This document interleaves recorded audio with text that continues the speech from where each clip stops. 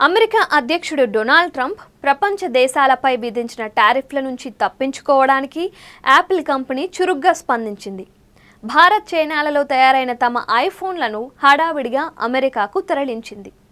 మార్చి నెల చివరి వారంలో కేవలం 3 రోజుల్లోనే ఏకంగా 5 విమానాల నిండా ఐఫోన్లను అమెరికాకు ఎగుమతి చేసినట్లు విమానాశ్రయ అధికారులు వెల్లడించారు. ఇందులో భారత్ నుంచి 3 విమానాలు, చైనా నుంచి 2 విమానాలు ఉన్నాయని సమాచారం. ఏప్రిల్ 2 నుంచి ప్రతీకార సుంకాలు అమల్లోకి వస్తాయన్న నేపథ్యంలో మార్చి నెలాఖరులో యాపిల్ యాజమాన్యం ఈ నిర్ణయం తీసుకుంది. తద్వారా పన్నుల భారం తగ్గించుకోవడానికి భారత్, చైనాల్లోని తమ ఫ్యాక్టరీల్లో తయారైన ఐఫోన్లను వీలైనంత త్వరగా అమెరికాకు చేరవేసింది. ఈ చర్యతో యాపిల్ కంపెనీ కొంతకాలం పాటు ఐఫోన్ల ధరలను స్థిరంగా ఉంచే అవకాశం ఉందని ఆర్థిక నిపుణులు అభిప్రాయపడుతున్నారు.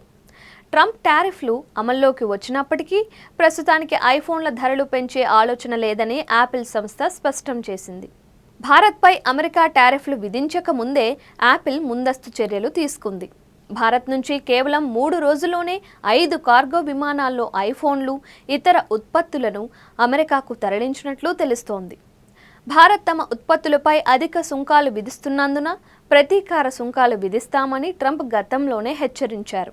ఒకవేళ భారత్లో తయారైన ఉత్పత్తులను అమెరికాకు తీసుకెళ్లినప్పుడు అదనపు సుంకాలు విధిస్తే ఆ మేరకు ధరలు పెంచాల్సి వస్తోంది. అయితే సుంకాలు అమల్లోకి రాకముందే ఉత్పత్తులను తరలించడం ద్వారా కొంతకాలం ధరలు పెంచకుండా విక్రయించవచ్చని యాపిల్ భావిస్తోంది. ఇదిలా ఉండగా అమెరికా, చైనాల మధ్య వాణిజ్య వివాదం కొనసాగుతున్న నేపథ్యంలో యాపిల్ మన దేశంలో ఐఫోన్లు, ఇతర పరికరాల తయారీ, అసెంబ్లింగ్ను చేస్తోంది.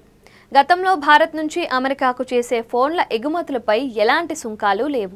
అయితే ఈ నెల 5 నుంచి 10% సుంకం అమల్లోకి రాగా ఈ నెల 9 నుంచి ఇది ఏకంగా 26%కి పెరగనుంది. దీంతో రానున్న రోజుల్లో ఐఫోన్ల ధరలు భారీగా పెరిగే అవకాశం ఉంది. యాపిల్ మాత్రమే కాకుండా రత్నాభరణాల రంగం కూడా ఇదే తరహాలో ముందస్తు ఎగుమతులు భారీగా పెంచింది. ముంబై నుంచి ఈ నెల 1 నుంచి 4 తేదీల్లో అమెరికాకు రత్నాభరణాల ఎగుమతులు 6 పెరిగాయి. గతేడాది ఇదే సమయంలో $61 మిలియన్ ఎగుమతులు జరగగా ఈ ఏడాది అవి కాస్త $344 మిలియన్ చేరుకున్నాయి. ఈ పరిణామాలపై ఐసియా చీఫ్ పంకజ్ మోహింద్రో స్పందిస్తూ భారత్తో వాణిజ్య లోటును దృష్టిలో ఉంచుకునే అమెరికా తాజా సుంకాలు ప్రకటించిందని భావిస్తున్నామని అన్నారు. అమెరికా ఉత్పత్తులపై మన ప్రభుత్వం వెంటనే ప్రతీకార సుంకం విధించకుండా సంప్రదింపుల ద్వారా సమస్యను పరిష్కరించుకోవాలని ఆయన సూచించారు.